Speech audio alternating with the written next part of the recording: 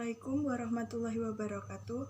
Perkenalkan, nama saya Sri Wilujeng, NPM 103 dari kelas A317.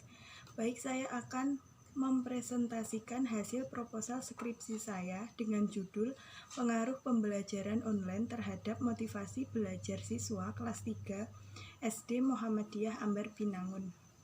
Pertama, kita akan memasuki bab 1. Yang pertama, latar belakang masalah. Dunia pendidikan semakin berkembang, menuntut guru untuk lebih kreatif dan inovatif dalam pelaksanaan proses belajar mengajar. Nah, di situasi pandemi seperti ini, pembelajaran online atau daring marak dilakukan di forum mana saja, dengan alasan lebih mudah diakses karena sebagian besar masyarakat mempunyai handphone. Namun, pembelajaran online saat sekarang ini bukanlah solusi yang tepat, karena anak-anak lebih cenderung bermain game daripada menyimak pembelajaran melalui pembelajaran online dengan alasan bosan dan lain sebagainya. Selanjutnya, identifikasi masalah.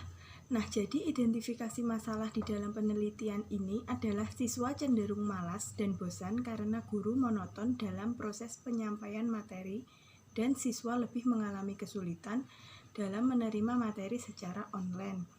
Selanjutnya, rumusan masalah.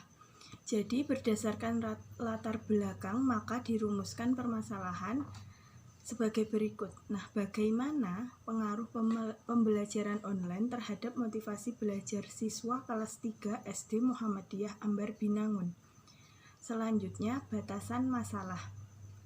Nah, batasan masalah ini berdasarkan latar belakang dan identifikasi masalah, maka peneliti membatasi penelitian pada pengaruh pembelajaran online terhadap motivasi belajar siswa kelas 3 SD Muhammadiyah Ambar Binangun. Selanjutnya, tujuan masalah. Jadi, penelitian ini bertujuan untuk mengetahui pengaruh pembelajaran online terhadap motivasi belajar siswa kelas 3 SD Muhammadiyah Ambar Binangun. Yang terakhir adalah F, manfaat masalah. Jadi manfaat masalah ini secara teoritis diharapkan pembelajaran online melalui grup WhatsApp dapat menjadi alternatif dalam kegiatan belajar mengajar saat pandemi seperti sekarang ini. Yang kedua adalah secara teoritis diharapkan bermanfaat bagi peserta didik, guru, sekolah, dan peneliti tentunya. Oke, selanjutnya bab 2 kajian pustaka. Yang A, kajian teori. 1. Pembelajaran online. Pengertian pembelajaran online. Jadi menurut Robin M. dan Franklin R.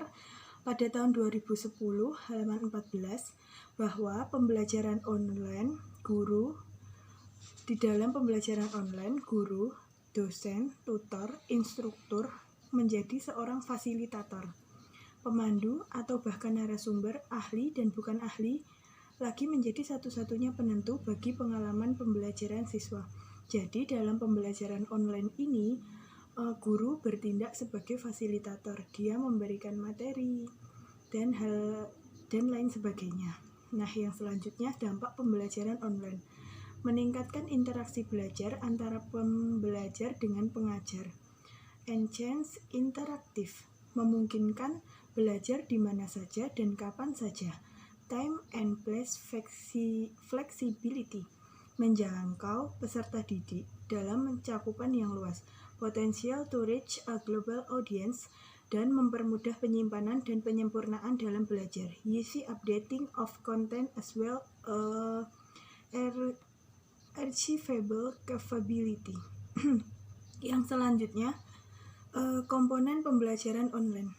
Yang pertama adalah fasilitas pembelajaran online. Jadi fasilitas pembelajaran online ini dapat berupa smartphone, komputer, dan jaringan internet ya tentunya. Yang kedua, sistem dan aplikasi pembelajaran online. Nah, untuk aplikasi fokus penelitian ini kan menggunakan aplikasi grup WhatsApp yang terdiri dari wali murid kelas 3 dan kelas 3 dan siswa kelas 3 SD Muhammadiyah Ambar Binangun. Yang selanjutnya, materi pembelajaran online. Jadi konten dan bahan ajar pada pembelajaran online dapat berupa video pembelajaran melalui PPT yang dibuat guru semenarik mungkin agar siswa tidak bosan. Oke, baik, slide selanjutnya adalah motivasi belajar. A. Pengertian motivasi belajar. Motivasi dapat dikatakan sebagai pengaruh kebutuhan dan keinginan pada intensitas dan arah seseorang yang menggerakkan orang tersebut untuk mencapai tujuan dari tingkat tertentu.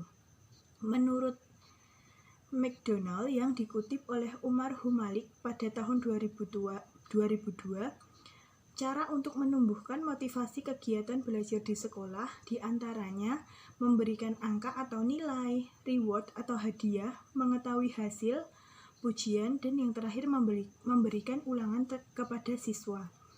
Yang kedua, penelitian yang relevan. Yang pertama, Edi Santoso pada tahun 2010 dalam skripsinya yang berjudul Pengaruh Pembelajaran Online Terhadap Prestasi Belajar Kimia ditinjau dari kemampuan awal siswa. Dan yang kedua, menurut Siti Sofia pada tahun 2016 dalam skripsinya yang berjudul Pengaruh Penggunaan Android dan E-Learning Terhadap Hasil Belajar Mata Pelajaran IPS Siswa Kelas 8 SMP 3 Kepanjen, Malang. Selanjutnya, kerangka berpikir. Memanfaatkan media dalam proses pembelajaran merupakan salah satu metode yang paling efektif untuk meningkatkan mutu pembelajaran. Karena masalah yang sering dijumpai di lapangan, media pembelajaran yang digunakan pada pembelajaran seperti sekarang ini tentunya masih sangat terbatas, tidak tatap muka dan cenderung masih menggunakan pembelajaran secara online. Yang D. Hipotesis penelitian. Nah, jadi terdapat hubungan yang signifikan antara pembelajaran melalui online dan pembelajaran secara tatap muka untuk meningkatkan motivasi belajar siswa kelas 3 SD Muhammadiyah Ambar Binangun, serta terdapat hubungan yang signifikan juga antara kesulitan wali murid sebagai keterlaksanaannya pembelajaran online di rumah dan dengan kesulitan belajar siswa terhadap materi yang akan disampaikan. Selanjutnya adalah diafragma alur kerangka berpikir peneliti dalam meningkatkan motivasi belajar siswa, yaitu yang pertama, pengertian siswa SD. Nah, jadi siswa SD itu adalah makhluk sosial yang mempunyai identitas moral dan harus dikembangkan kehidupan dikembangkan untuk mencapai tingkat optimal dan kriteria kehidupan maksud saya sebagai warga negara yang diharapkan.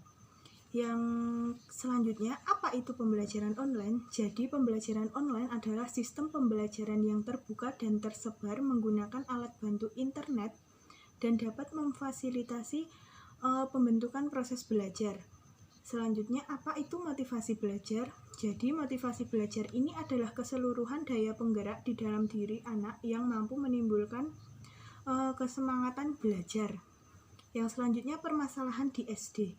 Nah, jadi pembelajaran online di SD Muhammadiyah Ambar Binangun ini dianggap paling mudah menggunakan grup WhatsApp daripada melalui aplikasi belajar lainnya seperti Google Meet, Zoom, Google Form, dan lain-lain karena dimanapun juga kalau melalui pembelajaran online siswa lebih cenderung malas dan bosan karena guru monoton dalam proses penyampaian materi.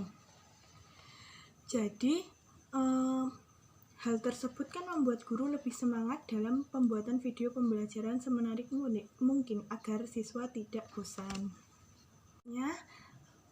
Tempat dan waktu pelaksanaan penelitian. Penelitian akan dilaksanakan di SD Muhammadiyah Ambar Binangun yang beralamat di Kalipakis, Tirto Nirmolo, Kasihan, Bantul, dan peneliti akan melaksanakan penelitian pada akhir bulan Maret sampai dengan akhir bulan Mei 2020.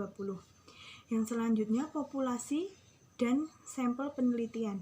Untuk populasi, peneliti mengambil siswa kelas 3 dan sampel menggunakan sampling purpose. Jadi,